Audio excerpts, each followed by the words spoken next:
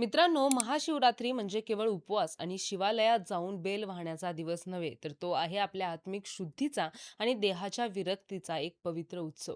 या दिवशी संपूर्ण आसमंत ओम नमः शिवायच्या गजराने दुमदमून जातो. शिवभक्तांसाठी हा दिवस अत्यंत श्रद्धेचा असतो, जिथे प्रत्येक जण भगवान शंकराच्या भक्तीत तल्लीन होतो. पण या भक्तीसोबतच एका महत्त्वाच्या गोष्टीकडे आपले लक्ष जाते, ती म्हणजे या दिवशी केला जाणारा आहार. तर हा आहार काय असतो, त्यात कसे बदल झाले, काय योग्य काय अयोग्य यांसारख्या मुद्द्यावर आज आपण चर्चा करूयात थेट वास्तवच्या माध्यमातून.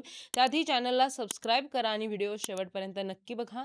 नमस्कार, मी ऋतुजा आणि तुम्ही पाहताय थेट वास्तव. बदलत्या काळानुसार आपल्या ताटात साबुदाण्यासारखे आधुनिक उपवासाचे पदार्थ आले असले तरी आजही परंपरेला मान देणाऱ्या घरांमध्ये वरईचा तांदूळ म्हणजेच भगर आणि दाण्याची आमटी याला सर्वोच्च प्राधान्य दिलं जातं. आजच्या धावपळीच्या युगात आपण झटपट होणाऱ्या पदार्थांच्या मागे धावत आहोत. मात्र महाशिवरात्रीच्या निमित्ताने आपल्याला आपल्या मूळ परंपरांकडे वळण्याची संधी मिळते. उपवास म्हणजे केवळ निराहार राहणे नव्हे, तर शरीराला आणि मनाला विश्रांती देऊन ईश्वराच्या जवळ जाणे होय. म्हणूनच या दिवशी काय खावे याला शास्त्रात आणि आयुर्वेदात मोठं महत्त्व दिलं गेलं आहे. साबुदाणा हा पदार्थ जरी लोकप्रिय असला तरी तो मूळचा भारतीय नाही. याउलट वरईचे तांदूळ हे आपल्या मातीतील नैसर्गिक तृणधान्य आहे, ज्याला पिढ्यानपिढ्या आपल्या पूर्वजांनी सात्विक आहाराचा दर्जा दिलाय. हिंदू धर्मात उपवासाचा मुख्य उद्देश आपल्या इंद्रियांवर ताबा मिळवणे हा असतो. महाशिवरात्रीला आपण राजस किंवा तामस आहार टाळून पूर्णपणे सात्विक आहारावर भर देतो. सात्विक आहार तोच असतो जो बुद्धीला सात्विक बनवतो आणि शरीराला हलकेपणा देतो. वरईचे तांदूळ हे नैसर्गिकरित्या उपलब्ध होणारे असे धान्य आहे, ज्यावर कोणतीही मोठी रासायनिक प्रक्रिया केली जात नाही, जे शेतातून थेट शुद्ध स्वरूपात आपल्यापर्यंत पोहोचते. त्यामुळेच पूजेच्या दिवशी देवाला नैवेद्य दाखवण्यासाठी किंवा उपवासाचे पारणे फेडण्यासाठी वरईचा वापर करणे अत्यंत शुद्ध मानले जाते. आयुर्वेदाच्या दृष्टिकोनातून विचार केला तर महाशिवरात्रीचा काळ हा ऋतू बदलाचा म्हणजेच ऋतू संधी कालाचा काळ असतो. यावेळी हिवाळा संपत आलेला असतो आणि उन्हाळ्याची चाहूल लागलेली असते. अशा वेळी आपल्या शरीरातील कफदोष वितळण्यास सुरुवात होते आणि परिणामी आपली पचनशक्ती म्हणजे जठराग्नी काहीसा मंदावलेला असतो. अशा संवेदनशील काळाला पोटात जड पडणारे पदार्थ खाणे आरोग्यासाठी घातक ठरू शकते.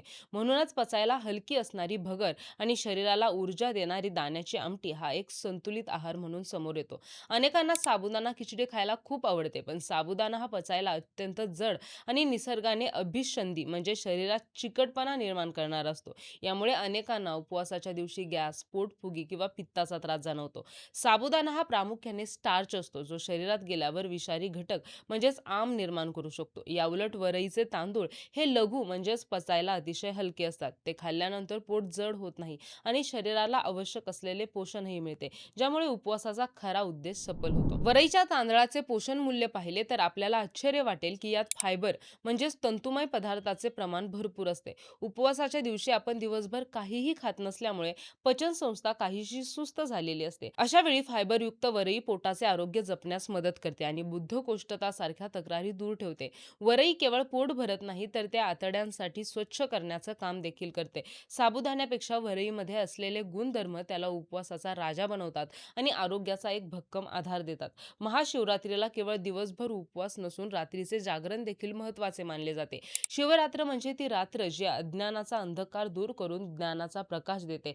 हे जागरण करण्यासाठी शरीराला प्रचंड ऊर्जेची गरज असते. वरईच्या तांदळात कार्बोहायड्रेट चांगल्या प्रमाणात असतात, जे शरीराला तात्काळ आणि दीर्घकाळ ऊर्जा पुरवण्याचं काम करतात.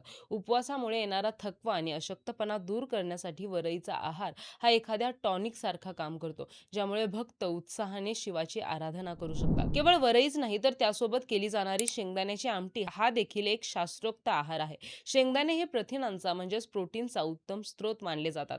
जेव्हा आपण वरई आणि दाण्याची आमटी एकत्र खातो, तेव्हा कार्बोदके आणि प्रथिने यांचे एक उत्तम मिश्रण तयार होतं. हे मिश्रण शरीराला इतकी शक्ती देतं की दिवसभर कडक उपवास करूनही शरीरात ग्लुकोजची पातळी स्थिर राहण्यास मदत होते.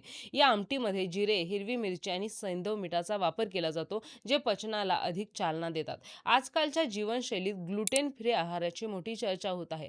पाश्चात्य जगासाठी ही नवीन गोष्ट असली तरी आपल्या भारतीय संस्कृतीत वरईच्या रूपाने हे शतकानुशतके उपलब्ध आहे. वरई पूर्णपणे ग्लुटेन मुक्त आहे, ज्यामुळे त्यांना गव्हाची किंवा इतर धान्याची ॲलर्जी आहे त्यांच्यासाठी उपवासाच्या दिवशी वरई हा सर्वात सुरक्षित आणि आरोग्यदायी पर्याय ठरतो. आधुनिक विज्ञानाने आज मान्य केले आहे की तृणधान्ये मानवी आरोग्यासाठी किती महत्त्वाची आहेत आणि वरई हे त्यातील एक श्रेष्ठ धान्य आहे. रक्तातील लोहाचे प्रमाण वाढवण्यासाठी देखील वरईचे तांदूळ अत्यंत गुणकारी आहेत. अनेकांना उपवास केल्यावर चक्कर येते किंवा डोळ्यांसमोर अंधारी येते. याचं मुख्य कारण म्हणजे शरीरातील लोहाची कमतरता. वरईमध्ये लोह मुबलक प्रमाणात असते, जे रक्ताभिसरण सुधारण्यास मदत करते आणि शरीरातील अशक्तपणा घालून चेहऱ्यावर एक प्रकारचे तेज निर्माण करते. म्हणूनच महिलांसाठी ज्यांना अनेकदा ॲनेमियाचा त्रास असतो, त्यांच्यासाठी महाशिवरात्रीचा हा वरई आमटीचा आहार अत्यंत औषधी ठरतो. वरीचा आणखी एक विशेष गुणधर्म म्हणजे तिची शीत म्हणजे थंड प्रकृती. ऋतू बदलण्याच्या काळात शरीरात उष्णता आणि पित्त वाढण्याची दाट शक्यता असते. वरई खाल्ल्यामुळे शरीरातील वाढलेली उष्णता कमी होते आणि पोटाला थंडावा मिळतो. दाण्याच्या आमटीत वापरले जाणारे जिरे देखील थंडावा देणारे असतात. त्यामुळे या दोन पदार्थांची सांगड केवळ चवीसाठी नसून ती शरीराच्या अंतर्गत तापमानाचं संतुलन राखण्यासाठी घातलेली असते. हे आपल्या पूर्वजांची अन्नाकडे पाहण्याची एक वैज्ञानिक दृष्टीच आहे.